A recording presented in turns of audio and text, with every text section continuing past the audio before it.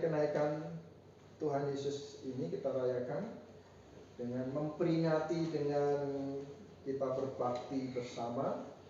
Saudara-saudara sekalian, Bapak Ibu, ini adalah kejadian yang begitu indah, yang menutup rangkaian dari kelahiran, kemudian kematian dan kebangkitan Kristus, kemudian naik ke surga. Ini adalah rangkaian terakhir yang luar biasa, karena banyak fitnah di luar sana bahwa Yesus tidak mati di salib, bahwa Yesus tidak pernah mengalami kematian, langsung diangkat naik ke surga dan lain sebagainya. Nah, ini adalah satu rangkaian kenaikan Tuhan Yesus, ini adalah satu rangkaian dari kelahiran, kematian, kebangkitan, dan kenaikan. Ini sesuatu hal yang luar biasa yang saat ini kita sedang memperingati bersama. Kita lanjutkan pujian kita dengan memuji Tuhan nomor 193, karena pesan dari Tuhan Yesus sesaat sebelum diangkat kepada murid-muridnya untuk bersaksi, bahkan sampai kemanapun, sampai ke ujung bumi, katanya. Kita akan memuji Tuhan nomor 193, Intan dan Permata.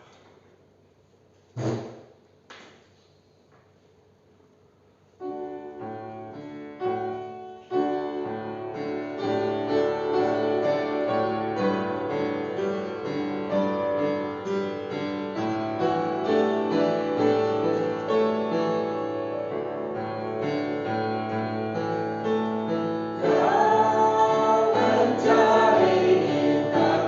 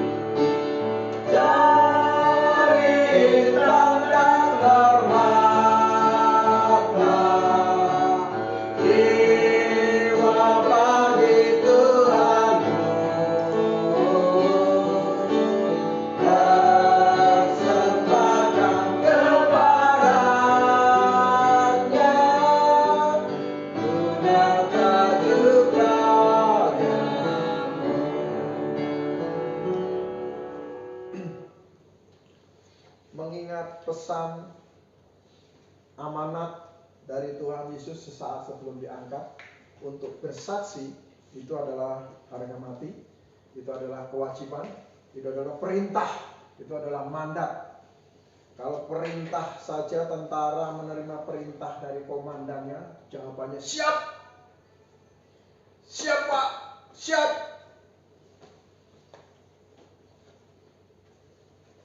Kalau tentara Amerika, yes siap, no excuse siap. Wah, kita siap Tuhan, tidak ada alasan Tuhan, siap. Wah, tidak terima mandat ini, perintah ini untuk menjadi saksi. Itulah sebabnya tema kita adalah menjadi bersaksi sampai ke ujung bumi. Baik, kita akan lanjutkan pujian kita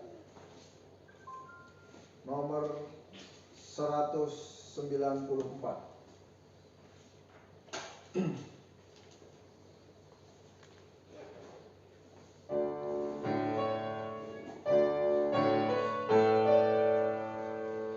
Tolonglah yang sesat.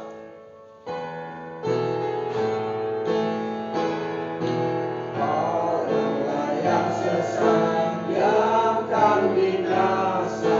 Rampas mereka dari neraka. Angkatlah yang benar, yang putus asa. Oh, beritakan juru selamat kita. Tolonglah yang sesat yang akan binasa. Yesus penuh rahmat dan sentosa. Yesus menanti yang mau bertobat akan diterima. Kabulkanlah dengan lembut dan lembut. Tuhan mengampuni yang percaya.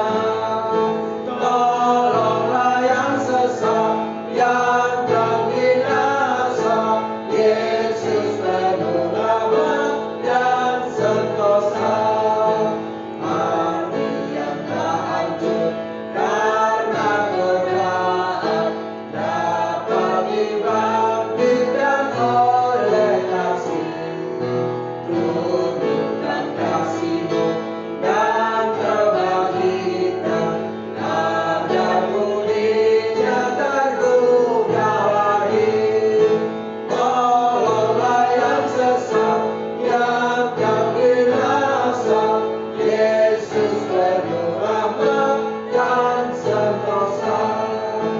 Tolonglah yang sesat, dituntun rasul. Kau dikuatkan, diberi kuasa. Beritakanlah segera kabar yang indah. Juru selamat menghibari dunia. Tolonglah yang sesat yang akan binasa. Yesus penuh rahmat dan sentosa. Amin. Saudara sekalian, sebelum sesaat setelah Tuhan Yesus diangkat, dua malaikat memberitahu bahwa jangan termangu-mangu demikian. Sudah, nanti anak manusia akan datang dengan cara yang demikian. Dan saat ini kita sambil menunggu kedatangan anak manusia yang datangnya dengan cara yang sama, yaitu kita sambil bersaksi melaksanakan mandat Tuhan, yaitu memberitakan Injil. Sebab itu, sebelum kita merenungkan kebenaran firman Tuhan, kita akan menyanyikan lagu Waktu Bunyi Sangkakala. Kita nyanyikan nomor 385.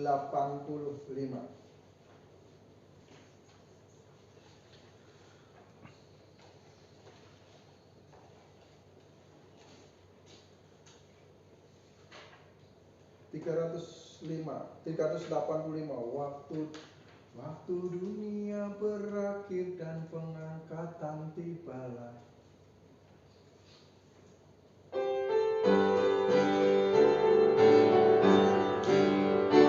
Waktu dunia berakhir pengangkatan tibalah. Waktu sangkakala Allah bergema. Waktu umatnya berkumpul di tempat yang mulia. Waktu namaku dipanggil ku ada.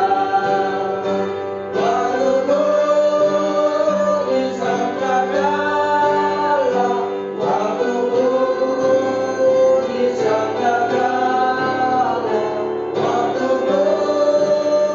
disangkakala, waktu namaku dipanggil ku ada. Para saleh akan bangkit pada hari mulia dan berkumpul dalam surga yang bakal.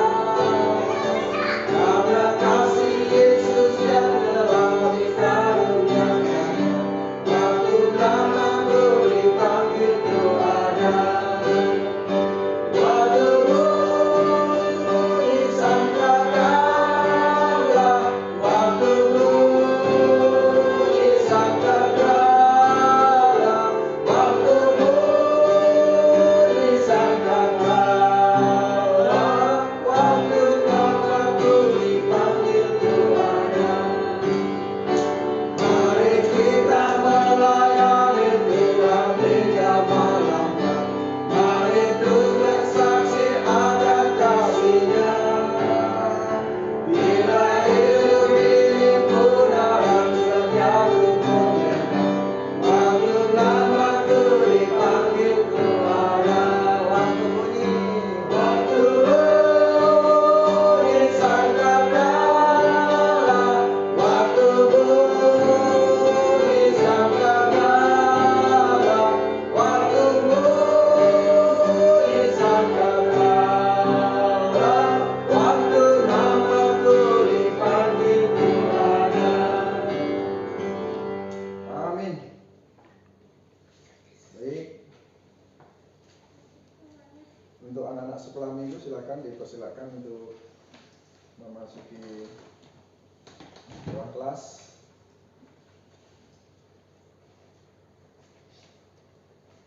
Kita akan membuka merenungkan kebenaran firman Tuhan di acara kebaktian memperingati kenaikan Tuhan Yesus. Kita akan membuka Kisah Para Rasul pasal 1 ayat yang ke-8 sampai dengan yang ke-9.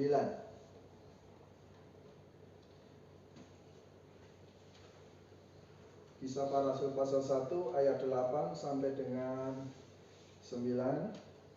Saya akan bacakan saja. Harap Bapak Ibu yang jemaat sekalian yang menyaksikan secara online untuk juga membuka di Kisah Para Rasul pasal 1 ayat 8 dan 9. Kita mari baca. Saya akan bacakan dua ayat ini. Kisah Para Rasul pasal 1 ayat 8 dan 9. Tetapi kamu akan menerima kuasa kalau Roh Kudus turun ke atas kamu, dan kamu akan menjadi saksiku di Yerusalem dan di seluruh Yudea dan Samaria dan sampai ke ujung bumi. Sesudah ia mengatakan demikian, terangkatlah ia disaksikan oleh mereka, dan awan menutupnya dari pandangan mereka. Mari kita berdoa. Bapa di surga, pagi hari ini kami sejenak memperingati kenaikan Tuhan Yesus ke surga. Ya Bapa, biarlah dalam momen ini kami semakin memperteguh keimanan kami, sekalipun kondisi kami di seluruh dunia saat ini sedang dirundung duka karena pandemi penyakit. Tetapi Tuhan, semua yang terjadi saat ini bukan menambah hancur iman kami, tetapi sebaliknya Tuhan memperteguh iman kami. Terima kasih Bapa, biarlah firman-Mu ini kami renungkan bersama. Dalam nama Tuhan Yesus Kristus kami berdoa. Amin. Saudara-saudara sekalian, kalau saya teruskan membaca di dalam Kisah Para Rasul pasal 1 ayat 8-9 dan saya teruskan di ayat 10 dan 11. Ketika mereka sedang menatap ke langit waktu ia naik itu, tiba-tiba berdirilah dua orang yang berpakaian putih dekat mereka dan berkata kepada mereka, "Hai orang-orang Galilea, mengapakah kamu berdiri melihat ke langit? Yesus ini yang terangkat ke surga meninggalkan kamu, akan datang kembali dengan cara yang sama seperti kamu melihat dia naik ke surga." Saudara-saudara sekalian, jadi dari ayat ini kenaikan Tuhan Yesus itu momennya adalah yang terindah itu momennya ada 3 momen yang akan yang secara garis besar harus kita pahami. Yang pertama, sesaat sebelum pengangkatan, Tuhan memberikan mandat atau amanat agung, perintah agung disebutnya, yang tidak boleh dibantah. Komandannya sudah kasih perintah, prajuritnya harus selalu berkata siap dan yes sir, no accuse sir. Tidak ada alasan. Apa itu perintah atau amanat agungnya? Ayat 8, tetapi kamu akan menerima kuasa kalau Roh Kudus turun ke atas kamu. Dan kamu akan menjadi saksiku di Yerusalem dan di seluruh Yudea dan Samaria dan sampai ke ujung bumi. Saudara-saudara sekalian, ini ada di Yerusalem, di Yudea, Samaria, ujung bumi. Ada 4 lokasi bersaksi yang diperintahkan Tuhan pada saat itu, yaitu Yerusalem itu pusat kotanya, Yudea itu provinsinya. Terus kalau ibaratnya provinsi ini Yerusalem itu ibu kota provinsinya, Yudea itu wilayah seluruh provinsinya, gitu ya. Samaria itu provinsi yang lain di seluruh Yerusalem, di seluruh Israel. Jadi Israel itu ada Yudea, ada provinsi Yudea. Provinsi Yudea itu meliputi daerah wilayah kekuasaannya yaitu Yudea dan Galilea. Makanya Galilea itu pun biasanya disebut masuk ke provinsi Yudea. Di tengah-tengah antara provinsi Yudea dan Galilea ada sama provinsi yang berbeda, namanya Samaria, gampangnya begitu. Dan Tuhan perintahkan amanat agung itu maksudnya untuk seluruh Israel, ya, tanah Israel, ya, yaitu mulai dari ibu kota provinsi, seluruh provinsinya dan seluruh provinsi, yaitu termasuk provinsi Yudea dan provinsi Samaria. Tetapi Tuhan juga perintahkan selain di seluruh tanah Yahudi, juga harus di seluruh dunia. Maka ada frase ujung bumi dan sampai ke ujung bumi. Ujung bumi itu maksudnya di luar Yahudi itu juga harus diberitakan Injil. Dan sampailah kepada kita, bangsa Indonesia. Bahkan orang Jawa, orang Batak, orang Manado dan lain sebagainya, semua mendengar Injil. Itu karena imbas dari amanat agung yang berkata sampai ke ujung bumi.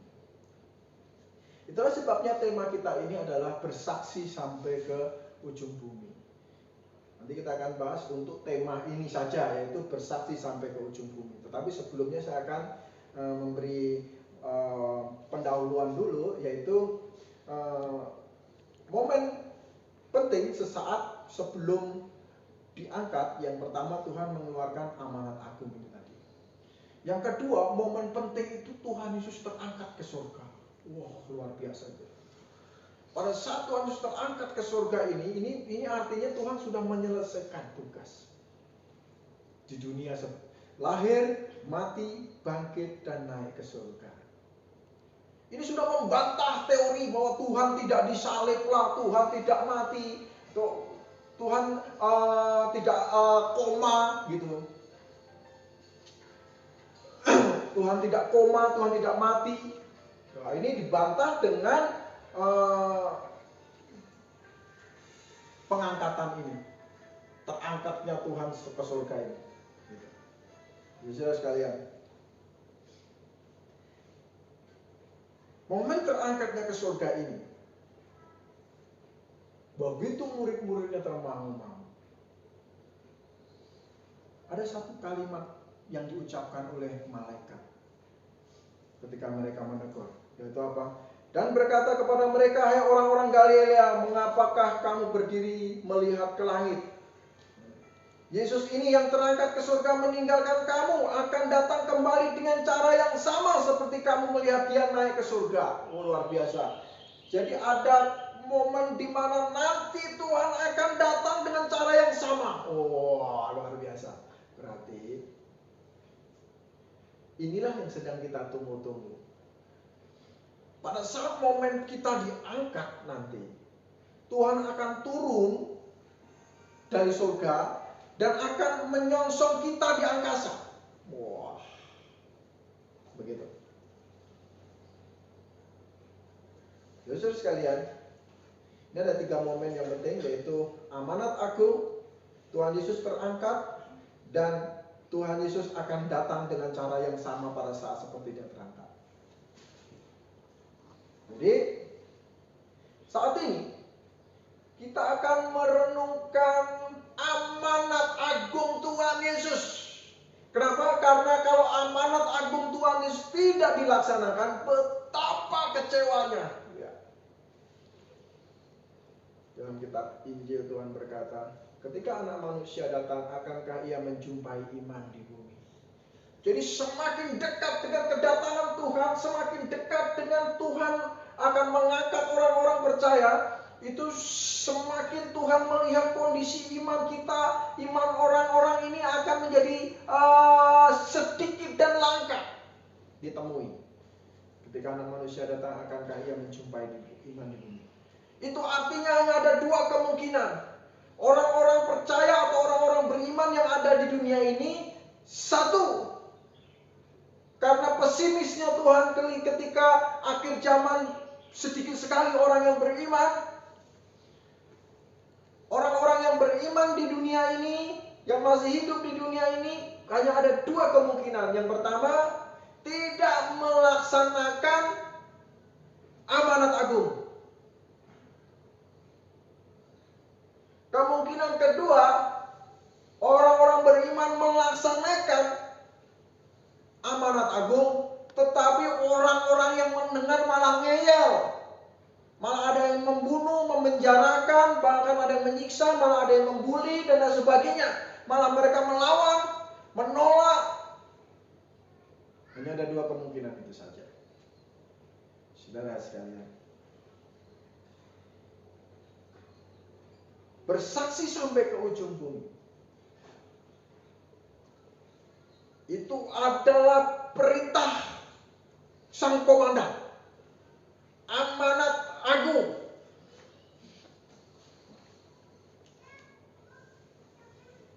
Ini melebihi amanat dari siapapun di muka bumi ini.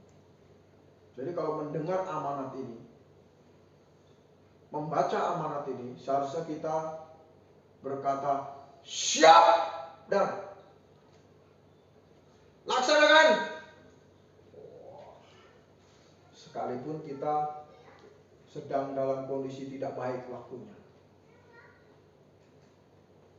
Dunia ini menghimpit orang-orang,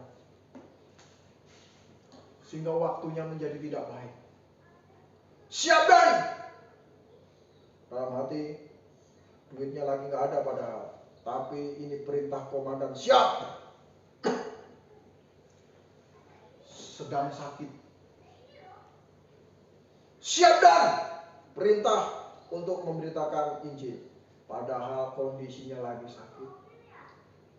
Siap dan beritakan Injil. Padahal dunia sedang dalam pandemi COVID-19. Ketok pintu aja udah ditolak orang pasti sekarang. Tapi ini adalah perintah. Tolong matikan HP-nya.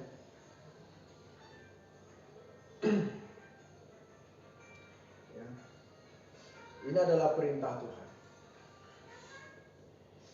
Yang pertama, biasanya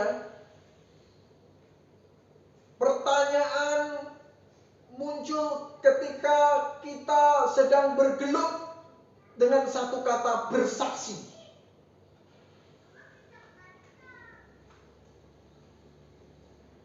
Saya mencatat ini ada 3 pertanyaan yang biasanya orang gagal bersaksi, atau orang ini malas bersaksi, ogah-ogahan bersaksi tentang Injil. Nah, saya ada mencatat kurang lebih biasanya ini pertanyaan yang sering diajukan. Yang pertama, aku tidak bisa bersaksi. Ini pertanyaan yang sering mengganjal karena biasanya orang-orang bersaksi selalu gagal. Karena masalah ini, aku tidak bisa bersaksi. Saudara sekalian, ketika seorang yang percaya Tuhan, percaya Yesus, berkata seperti ini, sudah bisa dipastikan orang ini belum memiliki Yesus. Ketika Tuhan berkata bersaksi, terus kita berkata aku tidak bisa bersaksi,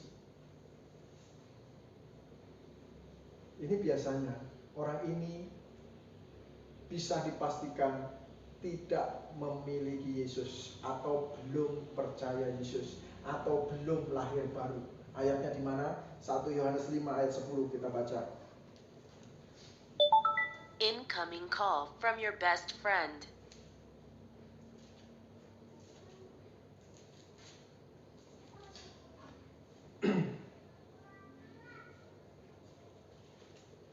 Satu Yohanes 5 ayat 10. Saya akan bacakan. Barang siapa percaya kepada Anak Allah, Incoming ia call from your mempunyai best friend. kesaksian itu di dalam dirinya. Barang siapa tidak percaya kepada Allah, ia membuat dia menjadi pendusta. Dia dalam tanda kurung, ini huruf besar, jadi Tuhan Yesus. Karena ia tidak percaya akan kesaksian yang diberikan Allah tentang anaknya. Saudara sekalian, jadi apa maksudnya kita berkata aku tidak bisa bersaksi? Aku tidak sekolah teologi ya Tuhan. Aku tidak ngerti arti-arti yang ada di dalam Alkitab Tuhan. Aku tidak bisa berbahasa dengan baik Tuhan. Banyak sekali alasan-alasan yang dikemukakan sehingga akhirnya menggunung seperti fenomena gunung es. Ujungnya akhirnya dia berkata aku tidak. Semuanya bersaksi, saya sebagai saksinya. Incoming call from your best friend. Dalam bersaksi. Saya tidak memuji, tetapi ini memang saya menyaksikan betapa luar biasanya Bapak Ibu jemaat sekalian bersaksi. Dan ini menjadi dorongan, menambah dorongan kita untuk kita turunkan kepada anak cucu kita. Jangan sampai papa mamanya giat memberitakan Injil,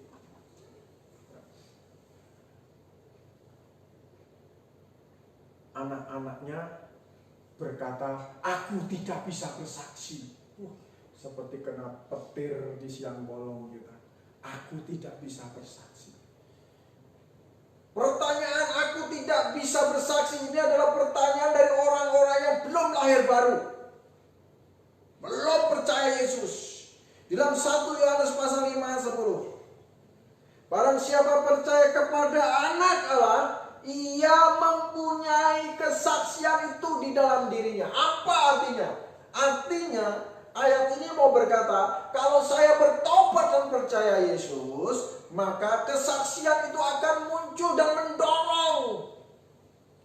Siapa yang memberi kesaksian itu, yang mendorong? Yesus di dalam hati kita. Yang mengajari kita siapa? Yesus di dalam hati kita. Tuhan yang mengajari cara untuk memulai.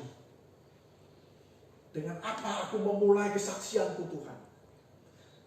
Oleh karena dorongan aku cinta kepada orang ini supaya diselamatkan. Aku mengasihi orang ini supaya diselamatkan. Maka Roh Kudus mengajari saya untuk memulai dengan cara. Wah, caranya apa? Macam-macam cara Tuhan ajari. Yang tidak terpikirkan oleh saya. Yang tidak terpikirkan oleh Bapak Ibu semuanya. Cara memulai.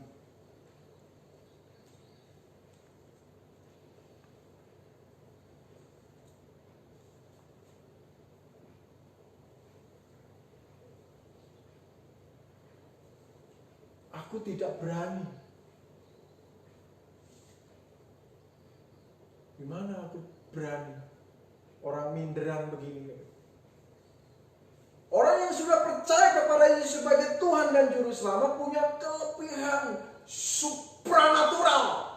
Wah, yang supranatural punya itu bukan hanya dukun-dukun. Orang-orang yang sudah lahir baru itu punya kekuatan supranatural, yaitu kekuatan dari Tuhan maksudnya. Bukan untuk menjebol tembok, bukan untuk mematahkan besi, membengkokkan besi, bukan untuk makan beling. Bukan, kekuatan supranatural kita ini adalah kekuatan yang dari Tuhan, di mana kekuatan ini adalah kekuatan mengasihi seseorang. Ini kekuatan supranatural.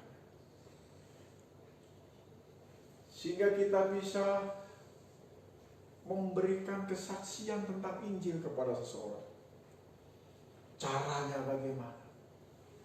Jadi kalau aku tidak bisa bersaksi, ini pertanyaan yang super harus dihindari. Karena tidak mungkin orang lahir baru berkata begini. Sekarang banyak gereja yang mati. Kenapa? Karena menghasilkan jemaat-jemaat yang tidak bisa bersaksi. Kenapa tidak bisa bersaksi? Karena belum lahir baru. Banyak ngumpul aja. Berdempet-dempetan.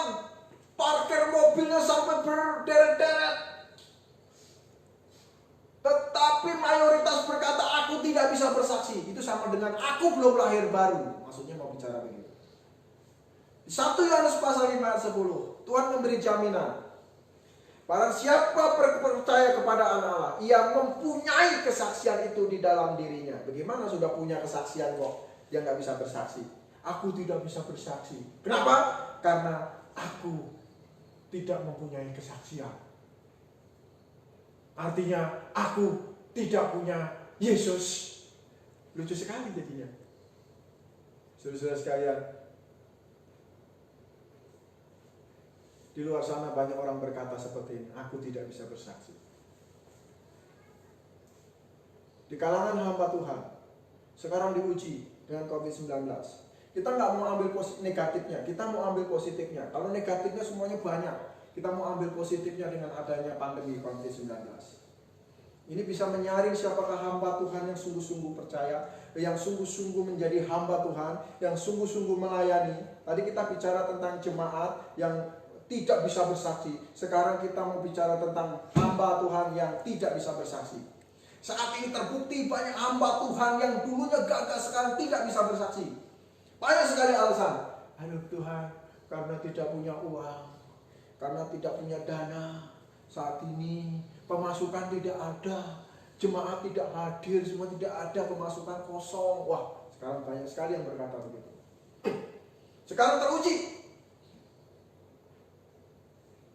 Dulu dengan gagahnya hamba Tuhan kok nyambi. Paulus itu kok nyambi jahit tenda. Yang bener itu yang ini dong, yang full timer. Wah, full timer. Waktu itu saya bantah, siapa hamba Tuhan yang full timer di dunia ini sekarang?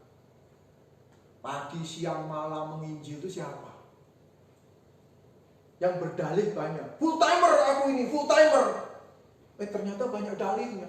Begitu kita datang lagi tidur siang, ya ampun. Kita lagi jahit tenda untuk biaya pelayanan, dia lagi tidur siang. Alasannya full timer, gak boleh diganggu. Jahit tenda kan nanti kecoblos tangannya.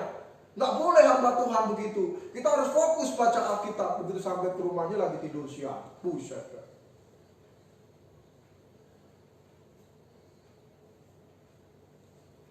Sekarang terbukti tidak bisa jalan. Hanya hamba Tuhan yang betul-betul bersaksi. Pelayan-pelayan Tuhan yang betul-betul bersaksi. Menghasilkan jemaat-jemaat yang bersaksi juga. Sudah pasti. Saya itu tidak habis pikir. Kalau jemaat kita tidak banyak. Itu puluhan jemaat kita. Jemaat GBI Philadelphia ini. Saya tidak bisa habis pikir kalau jemaatnya itu bisa ribuan. Kalau hamba Tuhan yang bersaksi, jemaatnya ribuan, harusnya menghasilkan jemaat-jemaat yang penuh kesaksian, bersaksi semua. Kalau sekarang pakai WA-nya itu gak berhenti tang bersaksi semua.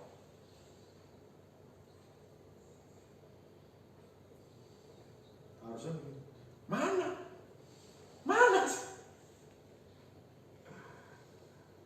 Jemaahnya ribuan, nggak kedengeran tuh tang.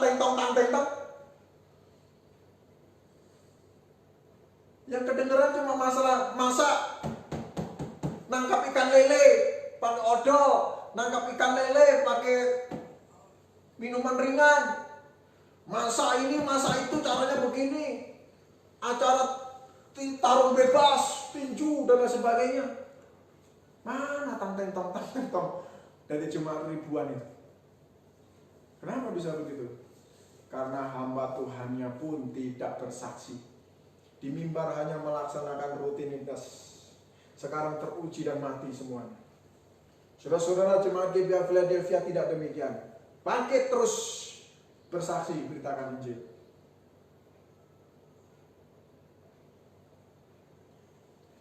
Puji Tuhan, dengan pandemi 19 saya katakan puji Tuhan. Kenapa? Saya selalu positif berkata begitu. Saya tidak mau terpuruk. Saya berkata puji Tuhan.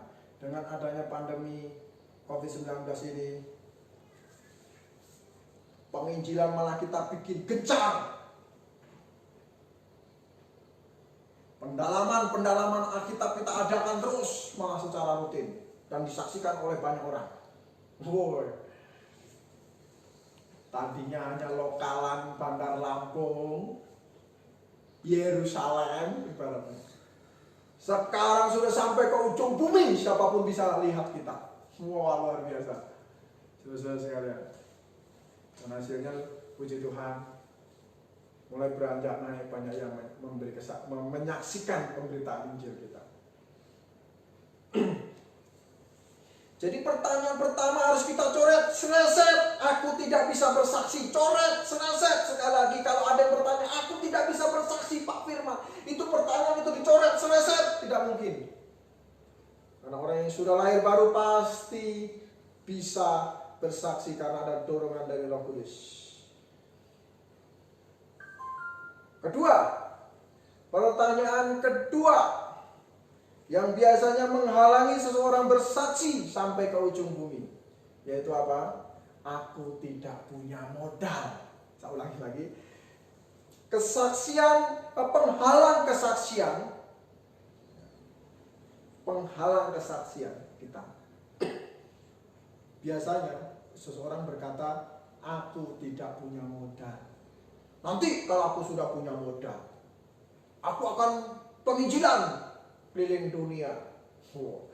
Nanti kalau aku sudah punya harta yang banyak, Aku akan penginjilan ke desa-desa. Semuanya akan aku injili semua dan aku akan tinggalkan seluruh dunia ini. Wah. Orang seperti ini gak akan nginjil punya enggak? Yakin.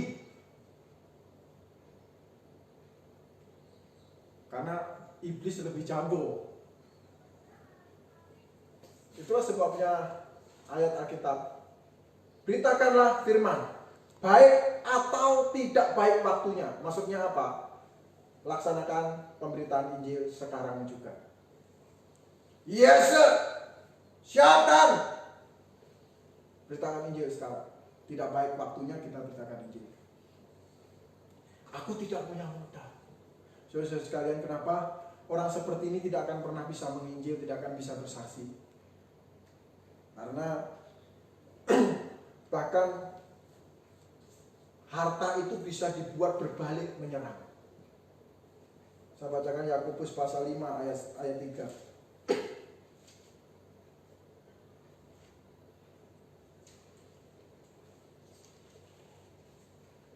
Yakobus pasal 5 ayat 3.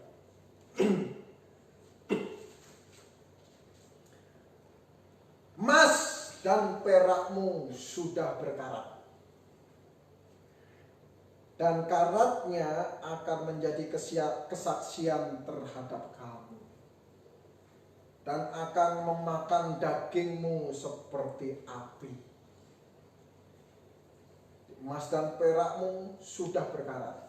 Saudara-saudara sekalian, kalau ada orang yang pengen diperintahkan Tuhan untuk bersaksi, tetapi alasannya aku tidak punya modal, nanti saja kalau modalku sudah banyak, aku kumpulkan dulu, aku kerja dulu ya semua yang giat, nanti aku beritakan, aku baru bersaksi. Ini orang tidak akan pernah beritakan Injil. Juga kalau ada orang begini, ya udah Pak Firman aja yang beritakan Injil, aku biar yang cari duit. Betul, kamu cari duit, aku yang beritakan Injil. Tapi kamu cari duit terus, maksudnya apa? Nanti kalau aku cari duit, sudah dapat banyak, aku topang pelayanan Pak Firman. Gak akan ditopang orang seperti ini kalau dapat banyak duit. Kenapa? Karena orang yang memberitakan Injil itu ada dorongan. Baik atau tidak baik waktunya dia beritakan Injil. Dan kalau dia bekerja ternyata diberkati Tuhan, dia sudah beritakan Injil. Dan juga topang Pak Firman untuk beritakan Injil. Nggak ada orang yang sudah lahir baru itu, begitu orang datang, Pak, saya mau dengar Injil dari Bapak. Sebentar Pak, aku tugasnya cari duit. Yang beritakan Injil tugasnya Pak Firman. Aku yang cari duit, jadi serahkan ke Pak Firman semua yang beritakan Injil. Aku yang tugas cari duit. Orang seperti ini nggak mungkin bisa begitu. Ada juga orang, oh iya Pak, percaya Yesus. Wah, diberitain Injil dong, sebisa dia. Nanti Yesus juru selamat kita, menebus dosa kita, kita pasti masuk surga Pak. Timbul banyak pertanyaan. Untuk lebih jelasnya, nah baru tanya sama Pak Firman, ikut PA kita, nah, itu baru benar. Jadi ada pemberitaan Injil. Karena pemberitaan Injil sejatinya tidak ada hubungannya dengan modal. Nih, saya garis bawahi. Pemberitaan Injil itu tidak perlu modal. Itu tidak masuk di logika saya. Asli tidak masuk di logika saya. Kenapa? Karena Tuhan menghindari semua hamba-hambanya itu untuk mencintai harta. Asli tidak ada modal memberitakan Injil itu. Yang ada modal itu bikinan manusia. Injil yang dibuat manusia. Contoh, setelah beritakan Injil orang itu bertobat. Nah, bertobat kemana ya? Harus bangun gedung. Nah, kalau sudah bangun gedung, dikumpulin di satu gedung. Nah, itu baru butuh modal. Gedungnya itu yang butuh modal. Injilnya mah enggak. Beritakan Injil saja terus. Pak, aku nggak punya uang pulsa untuk internetan. Oh, kalau ini kamu jangan berdalih. Aku tidak bisa beritakan Injil karena aku tidak punya kuota internet. Oh, kamu jangan berdalih. Karena kamu tidak beritakan Injil saja, kamu butuh kuota internet. Coba pikir. Kamu tidak beritakan Injil saja butuh kuota internet. Kok sebagai alasan? Kuota internet sebagai alasan untuk beritakan Injil perlu modal. WA kawannya, datang dong. Wah, itu pakai kuota internet. Tidak ada alasan. Begitu beritakan Injil, tidak bisa Pak, aku tidak punya modal untuk beli kuota internet.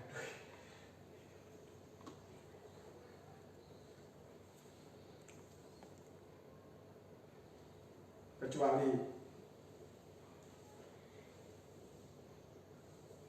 kita memang tidak pakai internet. Kalau tidak pakai internet, pakai sepeda, jalan, beritakan kebenaran.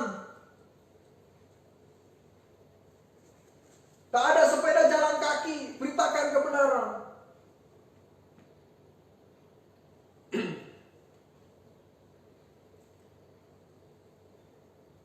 Orang Kristen itu,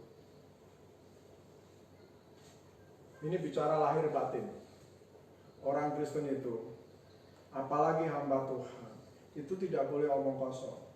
Hidupnya harus terbukti. Kalau hidup dia di wilayah RT-nya,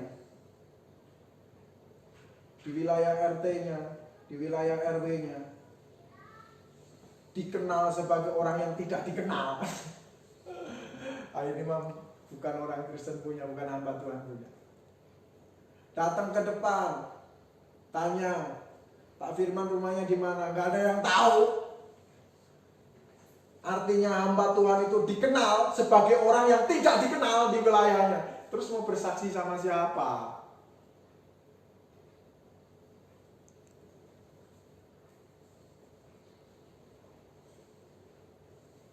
Nanti ujung-ujungnya kita bilang, aduh hamba pelayan itu kebaktian kok dilarang, orang itu jahat.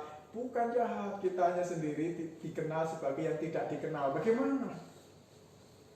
Orang Kristen itu bermasyarakat, bahkan sampai ke ujung polsek, polda, sampai semuanya harus kenal.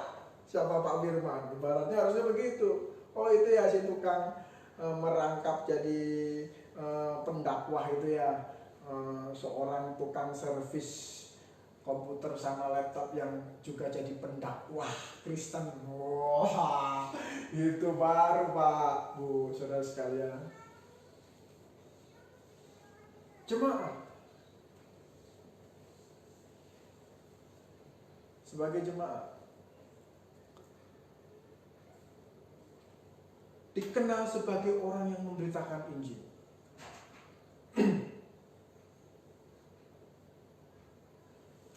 Dikenal sebagai orang yang memberitakan Injil. Kemana-mana beritakan Injil. Saya pernah ditraktir di satu rumah makan di Connecticut. Rumah makan Chinese food. Itu sama keluarga Bill Fazer. Bill Fazer ini, Pak Billnya itu umurnya 95 tahun. Ibu Billnya itu umurnya 96 tahun. Sekarang ibu Billnya sudah meninggal. Makan kepiting. Pesan kepiting, Pak Firman orang Indonesia pasti suka kepiting, dipesankan kepiting. Tapi kepitingnya bukan satu-satu gitu, sudah di kepiting yang sudah disuir-suiri dagingnya gitu, tinggal kita makan. Sudahlah, nggak rasanya kepiting. Makan kepiting. Selesai kita makan, dibayar. Setelah dibayar kita pulang. Firman, mari kita pulang. Apa yang dilakukan oleh Ibu Bill Fazer? Ibu Bill Fazer itu tangan, saya lupa kiri apa kanan ya, tangan kanan kalau tidak salah, yang tidak bisa digerakkan, kaku. Mungkin sudah tua dan itu sudah kaku, gitu, nggak bisa digerakkan. Dia ambil yang sebelah kiri kantong.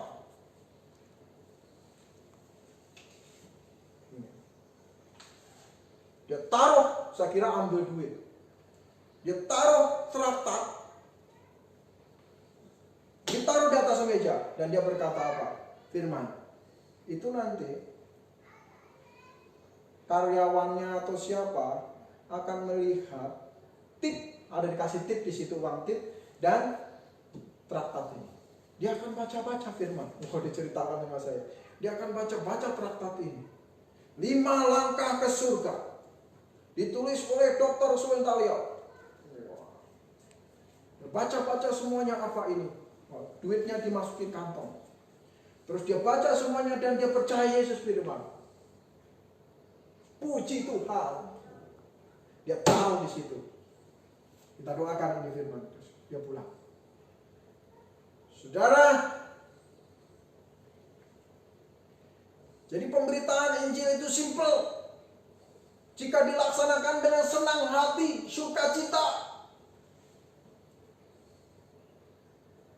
Jangan berkata, aku tidak punya modal. Itu pertanyaan kedua yang harus dicoret. Karena justru orang yang sudah banyak modal, dalam Alkitab muridnya Paulus namanya Demas, sudah terlalu banyak modalnya, pinter cari duit, banyak modalnya, malah dia meninggalkan jalan Tuhan, meninggalkan pelayanannya karena mencintai dunia ini, katanya Demas. Jadi kalau ada orang berkata, aku tidak punya modal untuk memberitakan Injil, ini dicoret, serasa bahaya. Karena tidak ada hubungannya memberitakan Injil dengan modal. Modal itu untuk kerja. Beritakan Injil itu penuh dengan senang hati, sukacita. Pertanyaan yang terakhir yang sering mengganjal. Aku kan tua. Aku kan perempuan. Aku kan masih muda. Mau bersaksi apa? Nah, biasanya begitu. Apa itu yang mau saya saksikan, bersaksi? Kalau muda, itu hanya alasan. Kalau muda, selalu ngomong, aku masih muda, om, belum waktunya. Kalau tua, aku sudah terlalu tua, kalianlah yang muda-muda. Itu selalu begitu. Atau kalau perempuan, aku itu perempuan. Tadi orang tua itu Bill Fisher. Tua itu.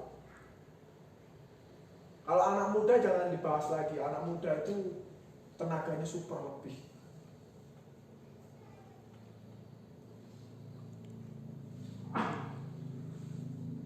Anak muda itu super lebih. Tenaganya super. Setelah dia akil balik bertobat, harusnya dia langsung beritakan Injil. Sebagai orang tua saya ditanya, Pak Firman anak-anaknya mau jadi apa? Oh, jadi hamba Tuhan. Saya maunya begitu, titik, jadi hamba Tuhan. Nah, kalau perempuan jadi hamba Tuhan, perannya banyak jadi hamba Tuhan. Nanti anak-anak saya akan melahirkan hamba-hamba Tuhan juga. Seperti ibu saya. Ibu saya orang kampung. Merantau ke Jakarta, jual gorengan, jual bubur sumsum untuk menghidupi keluarga. Papa saya sekolah Alkitab sudah tua, sudah berkumis berjenggot. Sekolah Alkitab lagi ke Jakarta. Ibu saya mendampingi dengan berjualan gorengan bubur sumsum. Terus akhirnya dagang jamu keliling.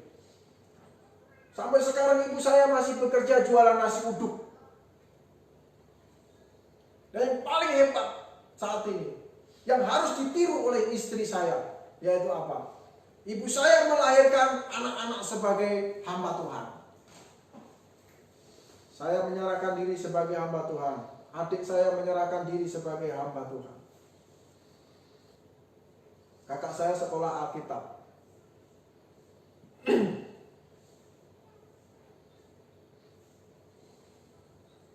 Saya dapat jodoh di sekolah Alkitab. Di pelayanan. Istri saya ini pemudi gereja. Sekarang istri saya punya anak 3 perempuan. Saya mau 3 anak saya itu melahirkan anak-anak yang kelak menjadi hamba Tuhan. Gak boleh putus generasi. Jadi anak-anak muda punya power. Jadi nggak usah dibahas lagi anak-anak muda. Nggak ada alasan bagi anak muda. Tua. Tadi Bill Fraser tua. Nggak ada alasan juga untuk memberitakan Injil. Dan saya punya banyak kesaksian orang-orang tua yang hebat-hebat memberitakan Injil.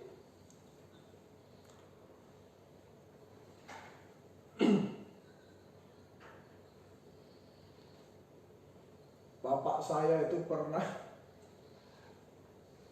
di depan rumah saya kedatangan tamu namanya Pak Ustadz Saiful. Ustadz Saiful. Kawan saya Pak Ustadz Saiful itu sering saya diskusi. Dia berdakwah, mendakwai saya mengkhotbahi dia. Saya menginjili dia, dia mendakwahi saya, bolak-balik gitu terus. Suatu ketika bapak saya datang ke sini dan bertemulah dengan Pak Ustadz Saiful. Bapak saya langsung keluar tanpa basa-basi. Yesus mati di kayu salib, menebus dosa kita. Sampai teriak-teriak bapak saya di depan. Saya bilang, terus kesimpulan Bapak Ustadz Saifulnya apa tengok? Pak Firman itu sudah gila seperti itu, nginjil. Ini bapaknya lebih gila lagi. Ini perkataan Pak Ustadz Saiful. Saya digituin Pak sama bapak katanya. Hebatlah bapak saya itu seperti itu, saya bilang. Luar biasa. Saudara, jadi tidak ada alasan tua untuk bersaksi. Aku kan tua, tidak ada alasan. Aku kan perempuan, tidak ada alasan untuk orang perempuan bersaksi. Tidak ada alasan untuk orang perempuan bersaksi.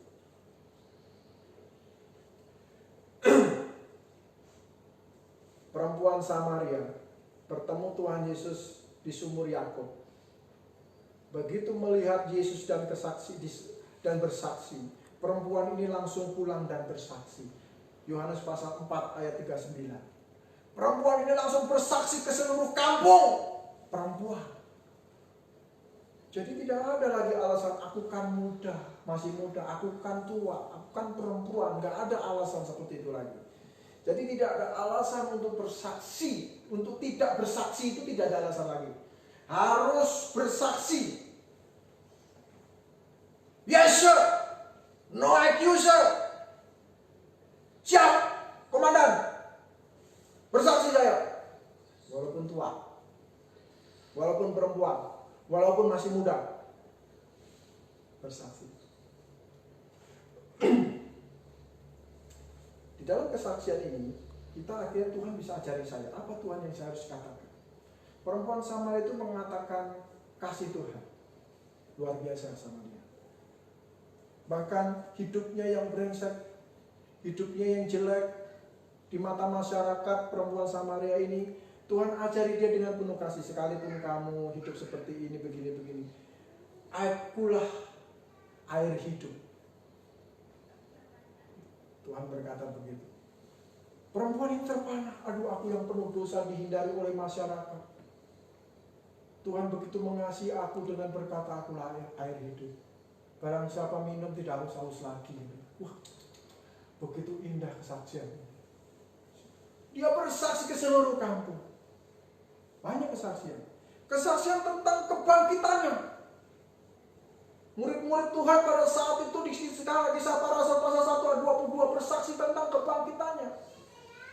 Bersaksi tentang Yesus sebagai juru selamat 1 Yohanes 14 ayat 4. 1 Yohanes 4 ayat 14. Di dalam 1 Yohanes 4 ayat 14 di situ kesaksian tentang anak Allah sebagai juru selamat. Kisah para Rasul pasal 10 ayat 42. Yesus akan menjadi hakim bagi yang sekarang masih hidup maupun yang sudah mati. Itu menjadi hakim.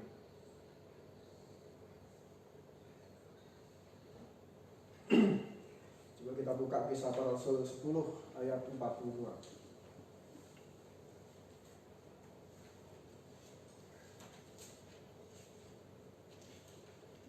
Saudara, Kisah para Rasul 10 ayat 42. Dan ia telah menugaskan kami untuk memberitakan ke seluruh bangsa dan bersaksi bahwa dialah yang ditentukan Allah menjadi saksi atas orang-orang hidup dan orang-orang mati, atas orang-orang yang sedang hidup atau yang masih hidup saat ini, yaitu kita, maupun orang yang sudah mati. Jadi penentuannya adalah Yesus. Makanya Yesus berkata, akulah pintu. Tidak ada yang bisa masuk surga kalau tidak melalui pintu, maksudnya melalui Yesus. Oh, luar biasa, saudara.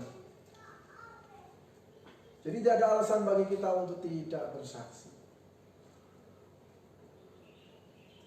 Saya akan menutup firman Tuhan kita ini dengan membahas kata ujung bumi, frase ujung bumi. Bersaksi sampai ke ujung bumi. Apa maksudnya ujung bumi? Bumi ini kan bulat, tidak ada ujungnya. Dulu pernah ditafsirkan karena gara-gara ayat ini gereja pertengahan menafsirkan bumi itu datar karena ada ujungnya. Padahal maksud kata ujung bumi ini adalah tidak terbatas waktu, tidak terbatas tempat. Beritakan Injil. Makanya di perintah amanat agung itu bermacam-macam bentuk kalimat. Ada yang berkata, beritakan Injil kemanapun engkau pergi, beritakan Injil. Jadi artinya kalau saya ke pasar sedang belanja, saya beritakan Injil. Saya sedang bekerja, berdagang, atau sedang menjadi PNS, saya beritakan Injil. Saya sedang apa lagi? Saya sedang melakukan perjalanan jauh, saya beritakan Injil. Saya sedang menghadiri perkawinan, saya beritakan Injil. Saya sedang menghadiri perkabungan, saya beritakan Injil. Saya sedang bermain dengan kawan-kawan saya beritakan Injil. Itu maksud kata ujung bumi. Jadi tidak terbatas lokasi. Saya paling kesel dan saya selalu menentang dengan pertolongan Tuhan. Ada banyak gereja yang mau mematok wilayah. Ini wilayahku. Ada wilayah katanya. Ini wilayahku. Sudah bertahun-tahun ini wilayahku. Oh, kalau ini sudah saya lawan pasti. Saya gembala firman melawan. Nggak ada wilayah-wilayah. Hajar terus beritakan Injil sampai ke ujung bumi. Mana wilayahmu? Tidak ada wilayah. Kita sama-sama ingin mengasihi seseorang. Kamu tunjukkan kamu mengasihi seseorang dengan memberitakan Injil, dan saya akan tunjukkan saya mengasihi seseorang dengan memberitakan Injil. Jangan halang-halangi dengan wilayah-wilayah. Wilayah kita hanya dua, surga atau neraka. Tidak ada wilayah-wilayah.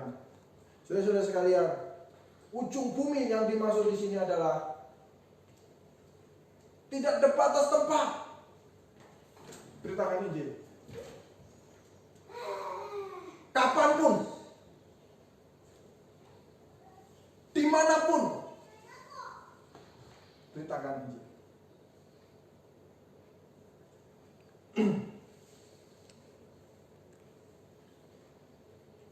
Kadang-kadang ini kesaksian saya. Kadang-kadang kalau saya memberitakan Injil, pakai atribut-atribut gereja, kadang-kadang orang nggak mau dengar. Tapi waktu dia bawa laptop, rusak laptopnya, Pak Firman laptopnya tolong diservis. Begitu sambil saya servis, saya beritain Injil. Orang itu dengar. Kan aneh. Jadi itu maksudnya ujung bumi. Jadi sampai tidak ada batas dimanapun tempat. Sedang dagang, sedang kerja, sedang melakukan aktivitas, sedang senang, sedang sedih, beritakan Injil momen itu. Dimanapun tempat. Sampai kemana? Sampai kemanapun, beritakan Injil. Itulah makna dari kata ujung bumi. Jadi bersaksi sampai ke ujung bumi. Itu adalah mandat yang diperintahkan kepada setiap orang percaya, bukan hanya para pelayan, para hamba Tuhan, tapi setiap orang yang sudah lahir baru, setiap orang yang sudah percaya kepada Yesus, bersaksi sampai ke ujung bumi. Mari kita berdoa. Bapa di surga, kami sudahi firman-Mu ini Tuhan, dengan kami merenungkan kembali sebagai orang-orang yang sudah lahir baru. Kami mendengar dan kami membaca di dalam firman-Mu di dalam Kisah para Rasul pasal 1 adalah dan 9 ini Tuhan. Kami membaca perintah amanat agung untuk bersaksi sampai ke ujung bumi. Dan kami sebagai orang-orang percaya hanya berkata, siap Tuhan. Siap laksanakan. Terima kasih Tuhan. Firman-Mu ini kami tidak hanya renungkan, tetapi kami juga praktekkan dalam hidup kami. Dalam nama Tuhan Yesus Kristus kami berdoa. Amin.